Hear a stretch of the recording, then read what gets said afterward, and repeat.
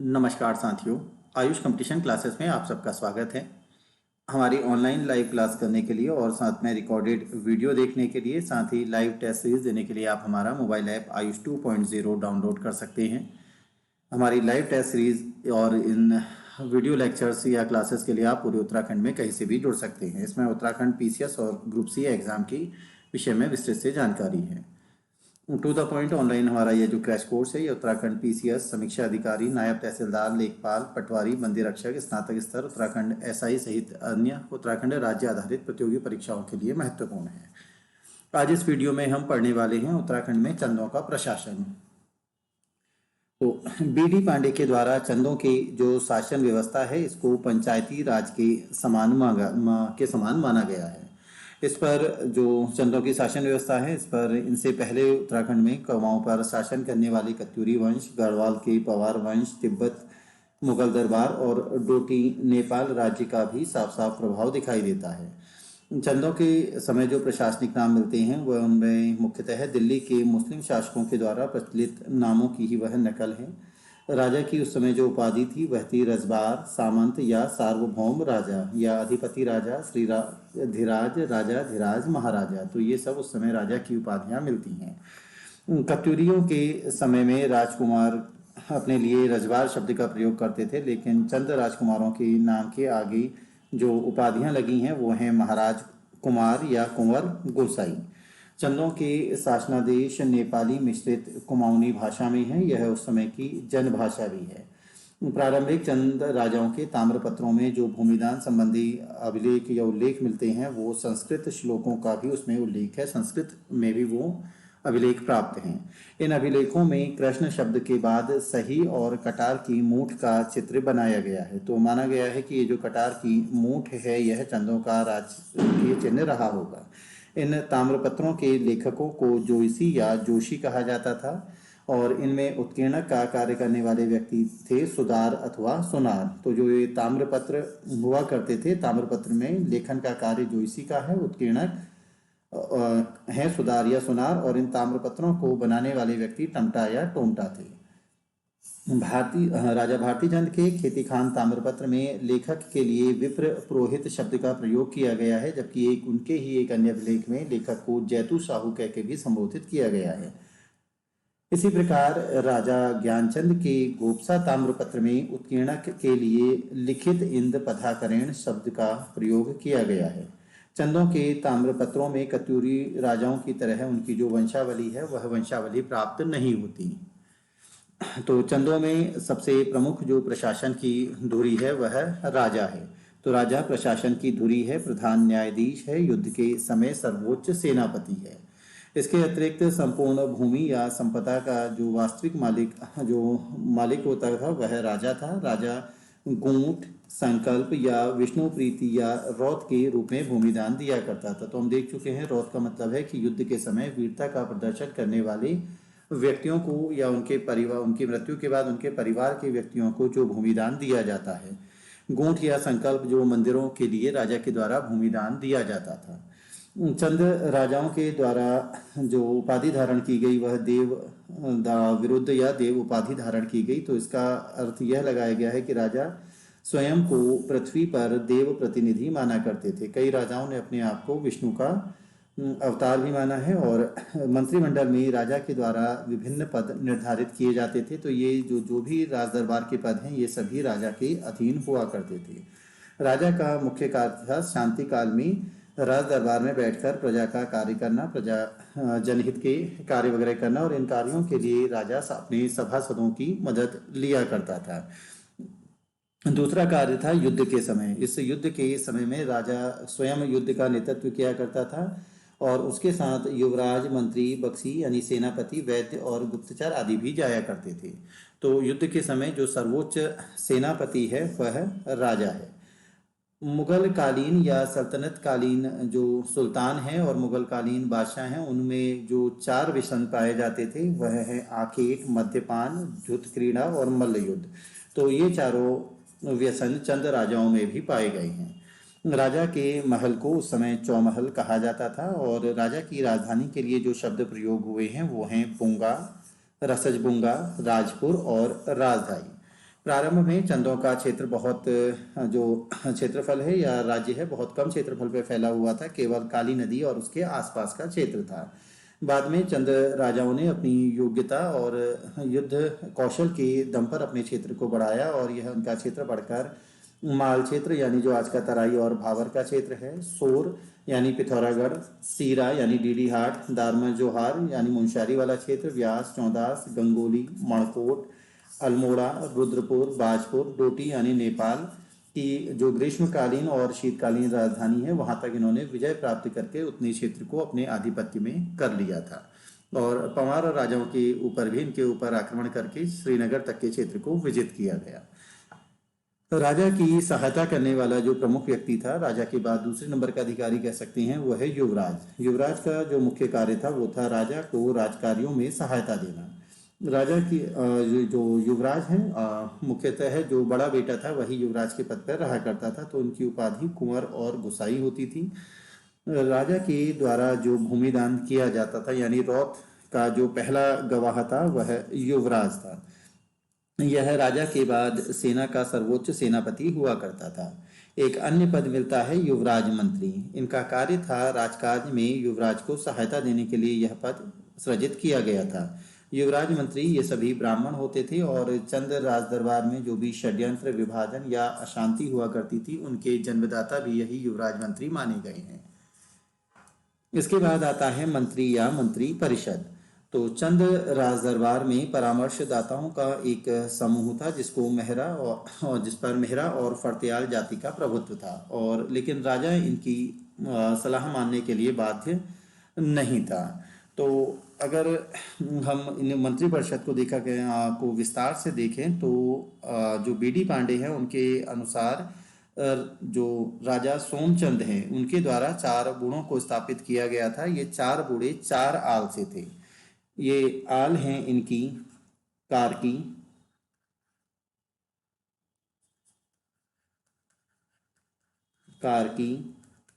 बोरा,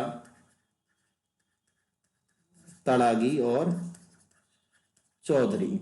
तो जब राजा सोमचंद ने यहाँ पर अपना आधिपत्य स्थापित किया था तो उस समय जो चंद राज दरबार है वह मेहरा और फर्त्याल दल पर बसा हुआ था, और राजा जो है उसने उसके द्वारा इन मेहरा और फर्त्याल दल के साथ सामंजस्य स्थापित किया गया। साथ ही कार्की, बोरा, तड़ागी और चौधरी को यहाँ पर लाकर बसाया गया। इसके अतिरिक्त अन्य मंत्री भी हुआ करते, अन्य पद भी थे, जैसे गुरु का पद महत्वपूर्ण था, पुरोहित, वैद्य, लेखक, ताम्रकट्टक, उत्कीर्णक आदि भी को भी राज दरबार में सम्मान का स्थान प्राप्त था। कुछ ब्राह्मण और अब्राह्मण जैसे ढेक, टंबा, नाई इत्यादि भी राजा के परामर्शदाता होते थे। चंदों के समय में जो दीवान का महत्वपूर्ण पद है वह मुख्यतः जोशियों को दिया गया था, और यह दीवान का पद सभी परामर्शदाताओं में श्रेष्ठ अथवा प्रधान था। इसे हम एक तरह से प्रधानमंत्री के समान समझ सकते हैं। ये जो दीवान और बख्शी के पद हैं यह सामान्यतः वंशानुगत हुआ करते थे। दीवान के अलावा छोटे छोटे मंत्री और सचिव जिनकी अधिकतम भी पद थे, जिनकी अधिकतम संख्या 10 थी।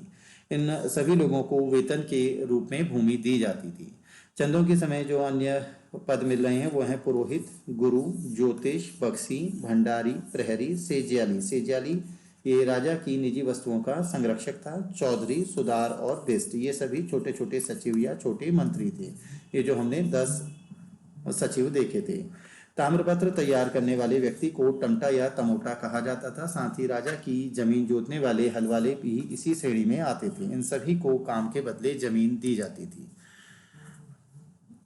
प्रांतीय प्रशासन की अगर हम बात करें तो राज्य का विभाजन मंडल में था। मंडल के बाद नीचे देश था, देश के बाद परगने, परगनों के बाद गरखे, और प्रशासन की सबसे छोटी जो इकाई थी वह ग्राम थी।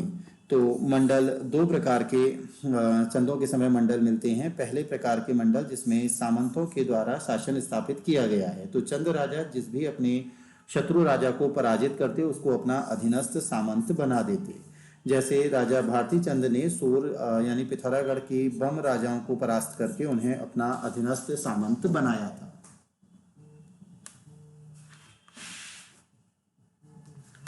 द्वितीय प्रकार के हैं राजा के द्वारा शासित प्रांतीय प्रशासन। इन सामंतों को राजा और रजवार की उपाधि लेने की भी स्वतंत्रता प्राप्त थी। ये सभी जो अधीनस्थ सामंत थे ये राजा को वार्षिक कर दिया करते थे। युद्ध काल में ये राजा की सेना का हिस्सा बनते। कुछ क्षेत्रों में इन लोगों को ठक्कुर या ठाकुर भी कहा जाता था। मंडल के बाद जो दूसरी इकाई है वह है देश। जैसे उस समय तल्ला देश, मल्ला देश, खरग देश, माल देश, पर्वत डोटी देश इत्यादि का उल्लेख प्राप्त होता है। देश से छोटी इकाई है परगना अथवा गरखे। ये मंडल से निम्न इकाई थी।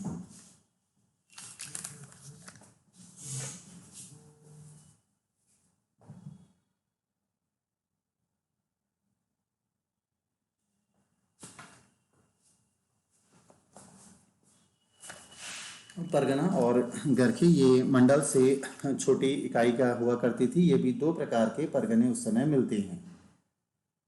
प्रथम प्रकार के परगनों को नागरिक अधिकारी यानी जो सीरदार या सिकदार हैं ये इनके अधीन रहते थे, और दूसरे प्रकार के परगने सैनिक अधिकारियों के अधीन थे। जैसे बरम ताम्रपत्र में बक्सी का परगना का उल्लेख किया गया है। इसके अतिरिक्त काली कुमाऊं, धन्यौरा, सूर, सीरा, फलदाकोट, धनियाकोट, कोटली, कोटा भावर, कत्यूर आदि के परगने भी उस समय प्रसिद्ध थे।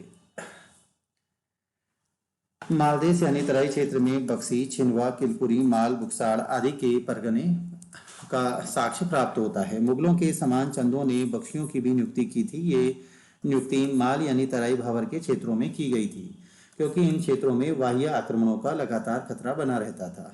प्रत्येक परगने में एक खजांची, एक ताम्र उत्कीर्णक और एक ताम्र लेखक तथा एक धार्मिक सिकदार भी नियुक्त रहता था। सिकदार का कार्य था राजस्व को एकत्र करना। यह राजस्व एकत्र जो करता था यह नकद रूप या जिन्स यानी अनाज दोनों रूपों में किया करता था। भंडार और भंडारी, भंडार जहाँ पर राजस्व को रखा जाता था और इसको रखने का कार्य भंडारी नामक अधिकारी का था, तो ये राजस्व को रखने के लिए नियुक्त थे। कैनी ये खस थे और इनका कार्य था जो ये कृषि कार्यों को करने वाले जो नौकर हुआ करते थे उनको कैनी खस कहा जाता था। साथ में इनका एक और कार्य था अनाज को खेतों से राजा के पास तक पहुंचाना या भंडार तक पहुंचाना। तो इसका जो खर्चा है यह प्रधान के द्वारा उठाया जाता था, बकरा, घी, चावल, आटा आदि प्रदान करके। साथ ही ये कैनी खस राजा के लिए पालकी उठाने का भी कार्य किया करते थे। परगनों के बाद जो छोटी इकाई है वो है गरखे। तो काली कुमाऊं और जो तराई भावर का क्षेत्र है उसमें गरखों को पट्टी कहा जाता था। तो ये गरखे जो हैं ये देश से छोटी प्रशासन की इकाई हैं। इसके प्रशासक को नेगी कहा जाता था। तो ये नेगी जो है एक पदनाम है और इस नेगी को अपने कर्तव्य करने के एवज में नेग मिला करता था। ग्राम ये प्रशासन की सबसे छोटी इकाई है। तो गरखों के बाद जो सबसे अंतिम आए वो गांव आए, प्रशासन की सबसे छोटी इकाई।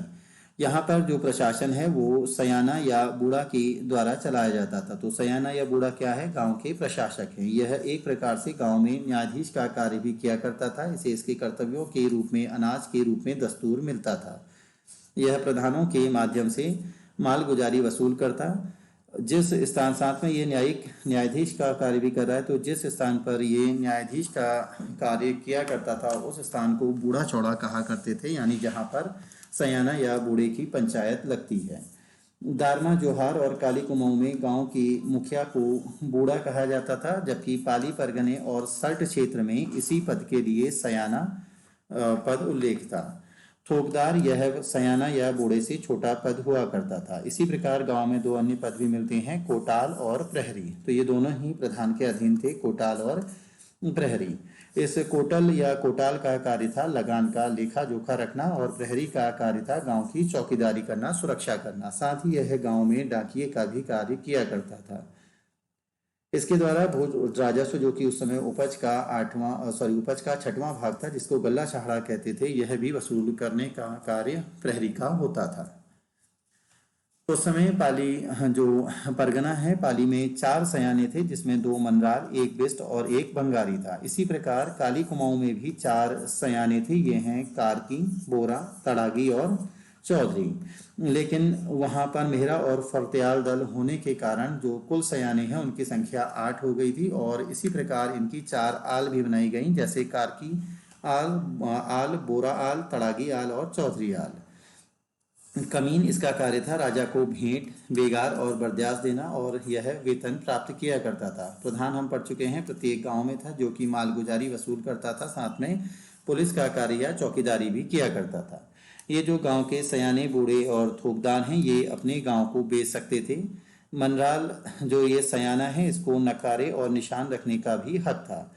ये प्रत्येक सयाने को गांव की थात में से भोजन पाने का हक था और हर दूसरे साल यह प्रत्येक परिवार से 1 रुपया टैक्स के रूप में लिया करता था। इस कर को या टैक्स को डाला कहा गया है। तो जो इतिहासकार B.D. पांडे हैं, उनके अनुसार उस समय जो 4 बूढ़े थे वो हो गए हैं कार्की, बोड़ा, तड़ागी और चौधरी। और उस समय 5 थोक भी थे। ये थोकों में है मेहरा, फरतयाल। इसके अलावा 3 और उस समय क्या कहते हैं थोक मिलती हैं, जिनका नाम है देव, ढेक और करायत। देव, ढेक और करायत। तो ये पांचों जो दल थे ये बहुत ज़्यादा ज़बरदस्त थे, उस समय के प्रशासन में अपनी ज़बरदस्त पकड़ रखते थे। तो जब इन 4 बूढ़ों के द्वारा इन पांचों के ऊपर कर लगाने और थोकदारी शासन करने का प्रयास किया गया था, तो इन पांचों थोकों ने बगावत कर दी और इन 4 बूढ़ों के सिर काट दिए थे। बाद में राजा के माध्यम से इन सभी के मध्य एक समझौता हुआ और इन सभी को क्या कहते हैं प्रशासन में बराबर का महत्व दिया गया। जो राजा था वो कोई भी कार्य करने से पहले इन सभी से सलाह लिया करता था, लेकिन हाँ राजा के लिए जो प्रारंभिक राजा थे उनके लिए इनकी सलाह मांगना मजबूर जो था वो मतलब स्वैच्छिक था। वह इनकी सलाह मान भी सकते थे और इनकी सलाह नहीं भी मान सकते थे।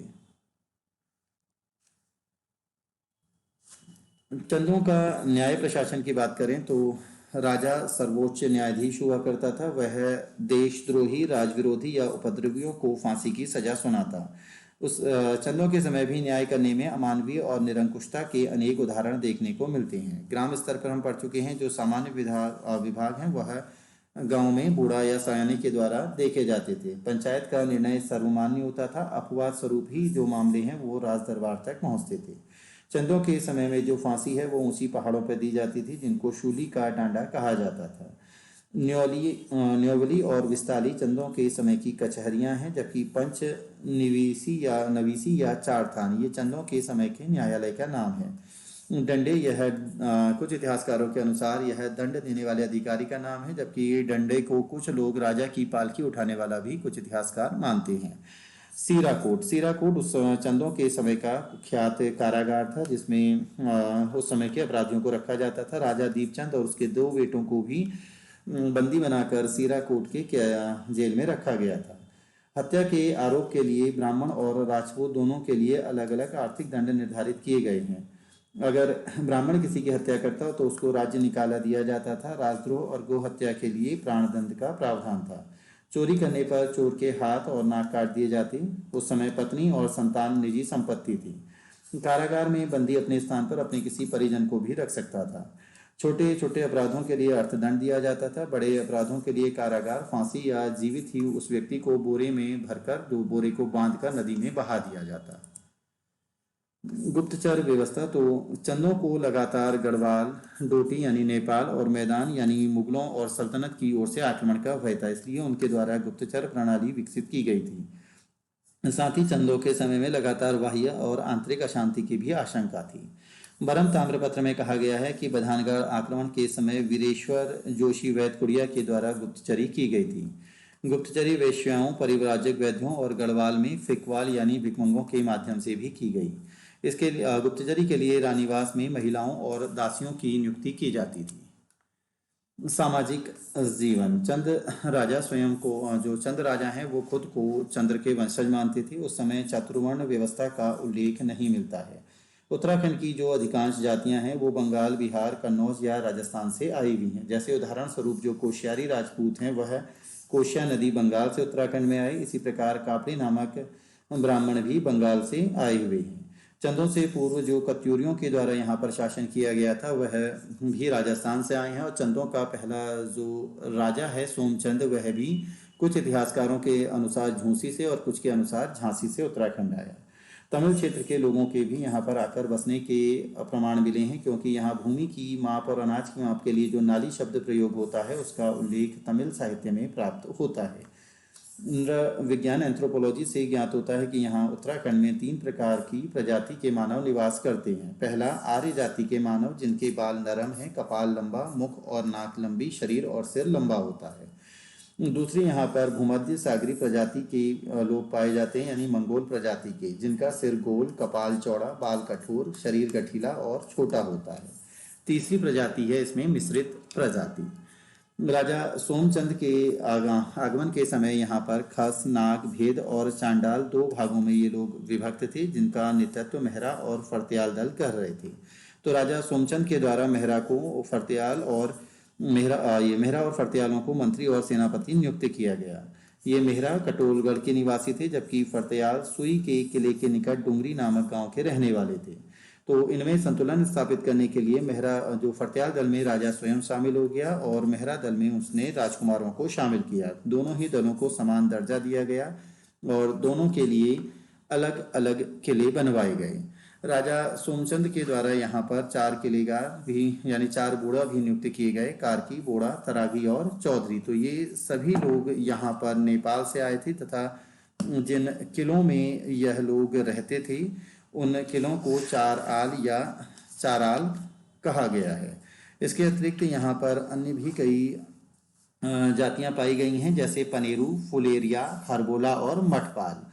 तो जैसे पानी भरकर लाने का उत्तरदायित्व जिन लोगों को दिया गया था उनको पनेरू कहा गया। राजा के लिए फल लाने वालों को फुलेरिया कहा गया। हर हर की आवाज़ लगाकर राज परिवार को जगाने वाले को हरबोला और मंदिरों की सुरक्षा करने वाले व्यक्ति को मठपाल कहा गया। तो बाद में यही कार्य के आधार पर जो नियुक्तियाँ की गई थी यही जातियों में नियुक्त हो गई।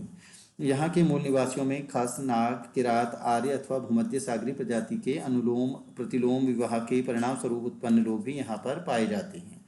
उत्तराखंड में जो जोशी और पंत ब्राह्मण हैं, माना जाता है कि यह महाराष्ट्र से यहाँ आए और डोटी के मल्ल शासकों ने जोशी और इन पंत ब्राह्मणों को पशुपतिनाथ मंदिर जो कि नेपाल में है वहाँ पर पुजारी के रूप में नियुक्त किया। तो ये डोटी नेपाल से जोशी और पंत ब्राह्मण पहले महाराष्ट्र से नेपाल और नेपाल से कुमाऊं में आकर बसे हैं। इसी प्रकार बसेड़ा जो जाति है वो माना जाता है कि राजस्थान के बांसवाड़ा क्षेत्र में रहने वाली थी। इसी प्रकार यहाँ राजनीति में जो प्रमुख था वो मेहरा और फर्त्याल दल का यहाँ पर था। तो बीडी पांडे के द्वारा इन के लिए एक अलग बढ़िया कहानी बताई गई है कि जैसे ये जो मेहरा और फर्त्याल हैं ये दोनों भी काली कुमाऊं क्षेत्र में कहीं बाहर से आए थे और उस समय यहाँ पर क्या कहते हैं जो राजा था उस समय यहाँ पर एक सांप को मारने के कारण, तो बड़े भाई ने एक सांप को मारना था, तो वो एक बड़ी शिला के पीछे वो एक बड़ा सा नागिया सांप था। तो फर्त्याल ने, जिसने बड़ी शिला को तोड़ा, फटक शिला को तोड़ा, तो वह फर्त्याल कहलाया और दूसरे भाई ने कटार से सांप को मार दिया। तो सांप को मारा मारा कहने के कारण वो मारा या मेहरा कहलाए। तो बाद में इन दोनों भाइयों के मध्य मतभेद हो गया। फर्त्याल ने कहा कि यदि वह शिला न तोड़ता तो सांप कैसे मारा जाता, और मेहरा ने कहा कि अगर वह कटार से सांप को न काटता तो सांप फर्त्याल को खा जाता। तो ये दोनों ही भाइयों के मध्य विवाद बढ़ने से उत्तराखंड में 2 दल बन गए थे, मेहरा और फर्त्याल। तो राजा सोमचंद ने इन दोनों को अपने पक्ष में कर अपने उत्तराखंड में चंद्रवंश की स्थापना की थी। जो जोशी नाम के यहाँ पर ब्राह्मण हैं, इनका उल्लेख बत्यूली यानी मुवानी पिथौरागढ़ के ताम्रपत्र भी में है। और ये जोशी लोग पुरोहित थे, साथ में यह ज्योतिष शास्त्र और लेखन में भी बहुत अधिक प्रवीण थे। चौथानी ब्राह्मण, यह भी यहाँ पर मैदानी भागों से आकर बसे हैं। ओझा ब्राह्मण, इनका मूल भी राजस्थान है। उत्तराखंड में संभवतः जो प्रथम श्रेणी के ब्राह्मण माने जाते हैं वो जोशी, सिमरटिया पांडे, धौलपलिया पांडे, पंत, तिवाड़ी और सोंजयाल बिस्ट ये माने जाते हैं। गढ़वाल में श्रेणी के ब्राह्मणों को सरोला यानी बारथानी के रूप में माना जाता है। आज भी जब हम अल्मोड़ा जाते हैं तो वहाँ पर NTD नारायण तिवारी दिवालकर के भी वहाँ पर तिवाड़ियों के आदि पुरुष के रूप में है। इसी प्रकार कुमाऊं में राजपूतों की भी चंदों में 2 श्रेणियां थी। पहले आर्य राजपूत जो कि चंद्रवंशी या सूर्यवंशी थे, जैसे चंद्र राजाओं ने अपने आप को चंद्रवंशी कहा है। तो चंद्रवंश के सभी राजा इसी श्रेणी के राजपूत थे। द्वितीय श्रेणी के राजपूत जो इस क्षेत्र में पहले से ही निवास कर रहे थे, जो खस प्रजाति से संबंधित थे। इसके अतिरिक्त यहाँ पर तीसरा जो वर्ग था वो साहू का था, जैसे उत्कीर्णक, सुतार, सुदार, सूत्रधार। उत्कीर्णक का कार्य सुनार एवं टंटा किया करते थे। राजकोली, राजकोली का कार्य था राज परिवार के लिए कपड़ा बुनना। पौरी, पौरी का कार्य था राजमहल की चौकीदारी करना। तो हम पढ़ चुके हैं ये फुलेरिया, पनेरू, दुर्गापाल, मठपाल, कांडपाल, मठियानी, बखरिया, भंडारी, नेगी, सुनार, ये सभी पहले जिस पेशे को किया करते थे उसी के नाम से ये जाति के रूप में वर्तमान में कुमाऊं में परिवर्तित हो गए हैं। राजा ललित देव शूर का पांडुकेश्वर ताम्रपत्र, जिसमें खस, किरात, द्रविड़, कलिंग, सोर, होम, मेड़, आंध्र, चांडाल आदि प्रजा का वर्णन किया गया है। पिथौरागढ़ का प्राचीन नाम सोर मिलता है, जो कि वहां पर सोर नामक नाग जाति के आधार पर पड़ा है। इसके अतिरिक्त चंपावत, पर्वतीय, अहिछत्रपुर पर नागों के प्रभुत्व की जानकारी यहाँ के एक सूर्य मंदिर पर से प्राप्त होती है। चंदों के समय की सामाजिक स्थिति में वेशभूषा की बात करें तो लोग मुख्यतः टोपी, जूता, सोने के आभूषण के साथ साथ जो निम्न श्रेणी के राजपूत, ब्राह्मण आदि उच्च ब्राह्मण या राजपूतों की बराबरी यहाँ पर नहीं कर सकते थे। तो वेशभूषा में ये टोपी, जूता और सोने के आभूषण पहन रहे हैं। साथ में जो निम्न श्रेणी जो वर्ग है वो अलग अलग तरह की वेशभूषा धारण किया करता था। मुख्य कपड़े थे लंगोटी, गांती, पैजामा और टोपी। आजीविका के लिए यहाँ के लोग कृषि और पशुपालन और या प्रवास में रहकर रोजगार किया करते थे। कृषि उत्पादों में गेहूं, चावल, मडुआ आदि यहाँ पर हुआ करते थे। साथ में यहाँ के लोग वन उत्पादों और मांस, मदिरा पर निर्भर थे। सामाजिक मान्यताओं में यहाँ के लोग जन्म, व्रतबंध, विवाह या मृत्यु संस्कार प्रमुख रूप से किया करते थे। विवाह अपने ही जाति में होते थे। संपन्न परिवारों में कन्यादान और सामान्य परिवारों में वर पक्ष से कुछ धन लेकर विवाह होता था। इस प्रकार का विवाह टके का विवाह कहलाता है। साथ ही यहाँ पर बहुपति और बहुपत्नी विवाह के साक्ष्य भी प्राप्त होते हैं। मनोरंजनों के साधन में एकल और सामूहिक गीत लोगों के मनोरंजन का साधन थे। कृषि कार्यों के समय हुड़किया बोल गीतों को गाया जाता था। साथ ही उस समय जो स्थानीय मेले लगते थे उसमें जागर, गाथाएं, झोड़ा, चांसड़ी, पवाड़े आदि गाए जाते थे। शिक्षा को चंद राज्य की ओर से प्रोत्साहन दिया गया। काशी जाने वाले छात्रों को राज्य की ओर से छात्रवृत्ति भी दी जाती थी। सार्वजनिक विद्यालय नहीं के बराबर थे। व्यक्तिगत रूप में घर में ही लोगों को, बच्चों को शिक्षा दी जाती थी। आज भी उत्तराखंड में कई जगह हस्तलिखित पोथियों के साक्ष्य मिल जाते हैं। राज्य की ओर से मंदिरों को भूमिदान किया जाता था। राज्य के द्वारा समुचित यातायात, शिक्षा, स्वास्थ्य आदि मूलभूत सुविधाओं का अभाव था। राज्य इन पर खर्च नहीं करती थी। लोग अगर रोगग्रस्त होते तो औषधि से अधिक झाड़ फूक पर भरोसा किया करते थे और यह समस्या आज भी उत्तराखंड में विद्यमान है। वन्य जीवों का आतंक था। अकाल और सूखे के कारण लोगों का जनजीवन प्रभावित होता था। चंदों के समय धार्मिक जीवन। चंद के समय में जो लोग हैं वो एड़ी और घोड़िया देवताओं की पूजा किया करते थे। घोड़िया देवता की पूजा ज्येष्ठ के महीने में होती थी। इन्हें ग्वाल देवता के या गोलू देवता के नाम से भी जाना जाता है। दोनों ही देवताओं की पूजा पशुचारक समाज के द्वारा की जाती है। कत्यूर शैली के मंदिर वहाँ पर उत्तराखंड में इनसे पहले बने थे, तो इन्होंने भी उसी शैली पर स्मार्त देवी देवताओं के मंदिर निर्मित किए हैं। मुख्यतः जो मंदिर हैं चंदों के समय वो विष्णु, महेश, गणेश, कार्तिकेय, सूर्य, रेवंत, कृष्ण, बलराम आदि को समर्पित हैं। सबसे अधिक शिव मंदिर और विष्णु को समर्पित मंदिर प्राप्त होते हैं। जो चंद राजा हैं वो शैव संप्रदाय के उपासक थे, इसीलिए भगवान शिव के मंदिर सबसे अधिक बने हैं या देवालय बहुत ज्यादा हैं। उदाहरण स्वरूप जैसे चंपावत का नागनाथ मंदिर, अल्मोड़ा का रत्नेश्वर मंदिर, सोमेश्वर, अल्मोड़ा, कपिलेश्वर, भैरव, क्षेत्रफाल मंदिर या बागेश्वर का बागनाथ और बैजनाथ मंदिर। राजा त्रिमल चंद के द्वारा जागेश्वर के मंदिरों का निर्माण किया गया। कत्यूरी काल में निर्मित बागेश्वर के शिव मंदिर का जीर्णोद्धार राजा लक्ष्मीदंत के द्वारा करवाया गया था। इसके अतिरिक्त बैजनाथ का लक्ष्मी नारायण मंदिर भी चंद्रकालीन है। पिथौरागढ़ का दृढ़नस मंदिर, कासनी, मरसोली, नकुलेश्वर, चौपाल मंदिर या डीडीहाट के निकट मूण का सूर्य मंदिर, रामेश्वर, बूढ़ा केदार, ये सभी मंदिर भी चंद्रकालीन हैं। यहाँ मंदिरों में भगवान विष्णु और उनकी दो पत्नी जो हैं वो राक्षी और निक्षुका उत्कीर्ण है। पार्श्व में गंधर्व और विद्याधर हैं। गंधर्व के हाथों में मृदंग और मालाएं भी बनी हुई हैं।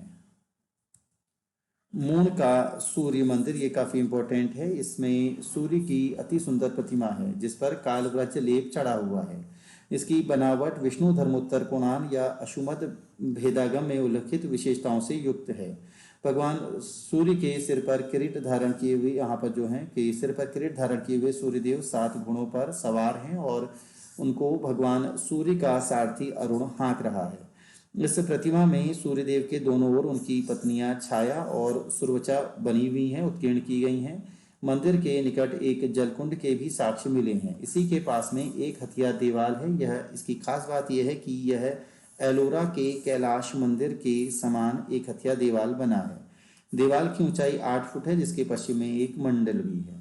मुख्य मंदिर में विमान के चारों ओर उरुसंग बने हैं। मंदिर का द्वार पश्चिम की ओर होने के कारण इसका जो प्रयोग है उस समय केवल जनेऊ संस्कार के लिए होता था।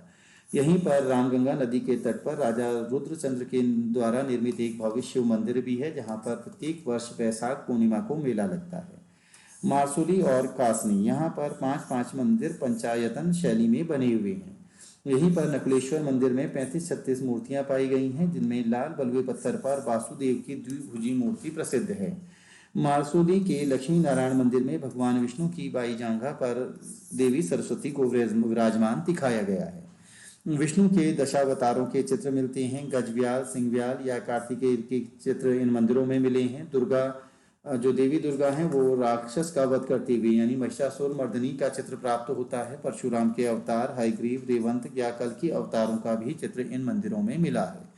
उस समय कुमाऊं की जो अधिकतम जनसंख्या है वो भगवान शिव या विष्णु की उपासक थी। साथ ही शाक्त धर्म यानी शक्ति की भी पूजा यहाँ पर की जाती थी।